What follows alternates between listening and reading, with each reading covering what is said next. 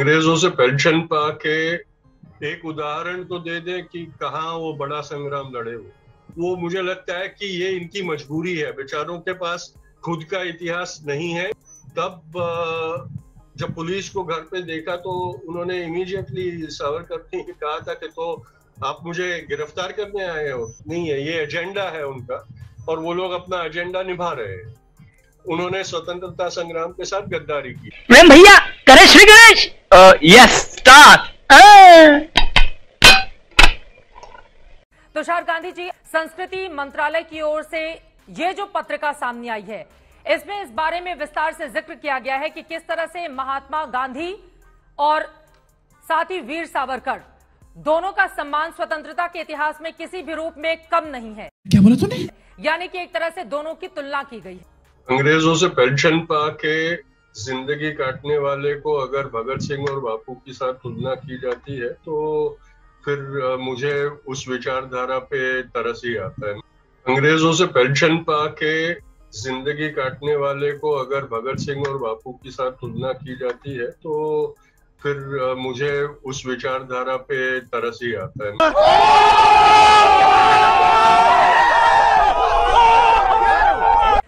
आपने ये कहा कि दरअसल ये जो परिपाटी चलाई जा रही है वो ठीक नहीं है। आपको लगता है दरअसल इस तरह की संस्थाओं पर सरकार का हस्तक्षेप बहुत ज्यादा बढ़ गया है, इस वजह से ये स्थिति बनी हुई है? आपको लगता है कि संस्कृति मंत्रालय ने ये जो आर्टिकल निकालकर तुलना की है दोनों की, वो पूरी तरह से गलत है? बिल्कुल बिल्कुल गलत है और इसमें कोई तुलना करने जैसा है ही नहीं, क्योंकि अंग्रेजों की माफी मांगने के बाद, रिहा होने के बाद जो किरदार सावरकर का था और जिसका असर हमारे स्वतंत्रता संग्राम पे के काल में था, उसमें उनका कोई कंट्रीब्यूशन नहीं था। इसलिए इस तरह से कंपैरिजन करना, यानी जो स्वतंत्रता सेनानी थे और सैनिक थे, उनका अपमान। लेकिन कई बार समय समय पर दरअसल विरोधी दलों को मात देने के लिए रणनीति अख्तियार की जाती है। वीर सावरकर के संदर्भ में उनके समर्थक इसी बात की दलील देते हैं कि अंग्रेजों को मात देने के लिए उनको बड़ी लड़ाई लड़नी थी, इस वजह से उन्होंने माफी मांगी और फिर बाहर आकर स्वतंत्रता के लिए अपना पूरा जीवन उसमें झोंक दिया। भाई साहब कुछ ज्यादा नहीं हो गया? मतलब कुछ भी। तो क्या इतिहास ने उनके साथ नाइंसाफी की है उनके योगदान को लेकर? एक उदाहरण तो दे दे कि कहाँ वो बड़ा संग्राम लड़े पेंशन लेके लड़े थे क्या? पेंशन लेके लड़े थे क्या?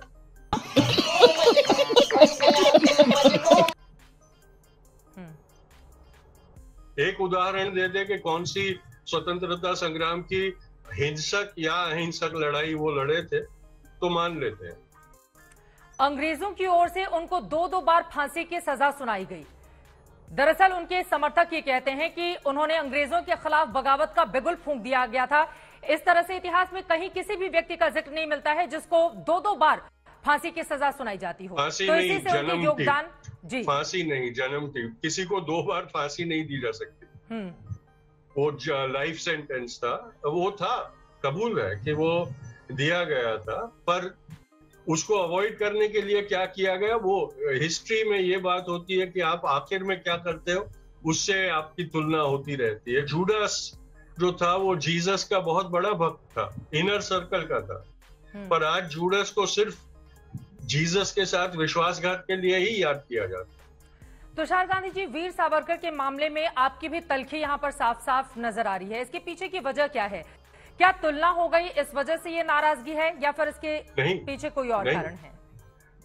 ये विटंबना इसलिए है कि जिस जगह को बापू की हत्या का स्मारक बना के रखा है, गांधी स्मृति, वहीं की संस्था जीएसडीएस बापू की हत्या में अक्यूज्ड एक इंसान का महिमा मंडन करने के लिए अपनी पत्रिका का विशेषांक निकालते हैं। उसके खिलाफ ये बात है कि अगर इस तरह की स्थिति है, संस्कृति मंत्रालय की ओर से इस पत्रिका में तमाम बड़ाइयां की गई हैं वीर सावरकर की, इस बात का जिक्र करते हुए कि दरअसल स्वतंत्रता के आंदोलन में उनका जिस तरह का योगदान था, इतिहासकारों ने उनके साथ नाइंसाफी की, उनके योगदान को कमतर आंका गया। इसी वजह से मौजूदा वक्त में इस बात की जरूरत है कि उनके इतिहास में योगदान को अच्छे तरीके से लोगों तक पहुंचाया जाए। ये इस सरकार की फैशन है, इस आइडियोलॉजी की फैशन है कि जो इतिहास लिखा गया है उसको डिस्क्रेडिट किया जाए।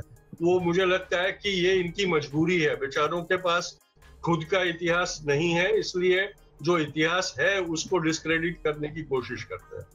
आप किसके लिए कह रहे हैं कि बेचारों के पास खुद का इतिहास नहीं है, इस वजह से? हाँ बेटा, लगता है तुम गू खा के ही मानोगे। वो ऐसा संघ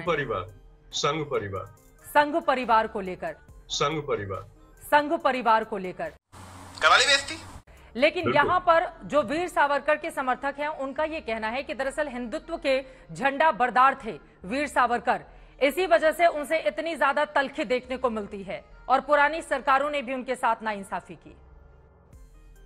मुझे कोई नाइंसाफी लगती नहीं है, वरना आपने ही जो शॉट्स दिखाए जो पहले रन किया उसमें फिल्म्स डिवीजन को फिल्म बनाने को कहा गया, उनके प्रधानमंत्री ने उनके लिए डाक टिकट जारी किया, वो सारी चीजें हुई है।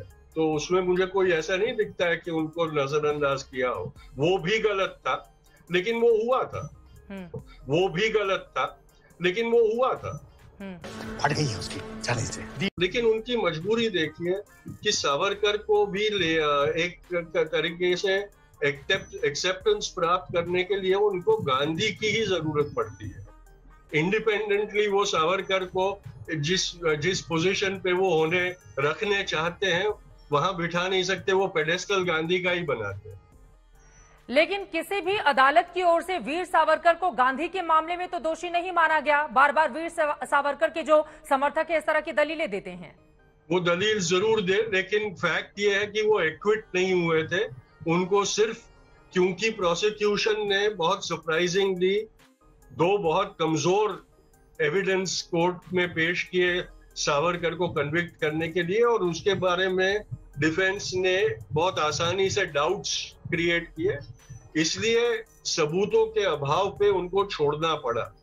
एक्विटल और सबूतों के अभाव पे छोड़ना, उसमें बहुत बड़ा फर्क होता है। इंदिरा गांधी के ही काल में कपूर कमीशन भी बिठाया गया था, उनके शुरुआत के दौर में ही कपूर कमीशन बिठाया गया था, और उसमें साफ साफ सावरकर और ऑर्गेनाइजेशनल इन्वॉल्वमेंट इन बापूज मर्डर की कॉन्स्पिरेसी के बारे में बात की गई। सावरकर के मामले में अब मेरा सीधा से सवाल आपसे है, आपका क्या टेक है, आप क्या सोचते हैं? वो जानते थे कि वो, क्योंकि जब उनको गिरफ्तार कर उनके घर पे रेड की गई थी इन्वेस्टिगेशन के लिए, तब जब पुलिस को घर पे देखा तो उन्होंने इमीडिएटली सावरकर ने कहा था कि तो आप मुझे गिरफ्तार करने आए हो? तो पुलिस ने कहा नहीं, अभी गिरफ्तारी नहीं करने आए, हम सिर्फ इन्वेस्टिगेशन करने आए। तो गिल्ट था वहां पर, वो इट शोज के तभी गिल्ट था। जिस तरह की परिस्थिति बनी हुई है मौजूदा वक्त में, संस्कृति मंत्रालय के ये तमाम आर्टिकल्स जो अब देश के सामने हैं, अगर इतिहास को नए सिरे से वीर सावरकर के संदर्भ में लिखने की या बदलने की कोशिश हो रही है, तो क्या ये सरकार ठीक काम कर रही है? ये उनकी मजबूरी है, उसमें हमें कोई बहुत शॉक होने की जरूरत नहीं है। ये एजेंडा है उनका और वो लोग अपना एजेंडा निभा रहे हैं। ठीक है, एक लाइन में अगर मैं आपसे समझूं तो आप वीर सावरकर को किस रूप में देखते हैं? रुको जरा, सब्र करो। दोगली पर्सनैलिटी थी। एक वक्त था जब क्रांतिकारी थे और फिर कोलैबोरेशनिस्ट बन गए, जो जिन्होंने स्वतंत्रता संग्राम के बाद उनके latter half of his life उन्होंने स्वतंत्रता संग्राम के साथ गद्दारी की। हाँ भाई, कैसी लगी? आगे स्वाद।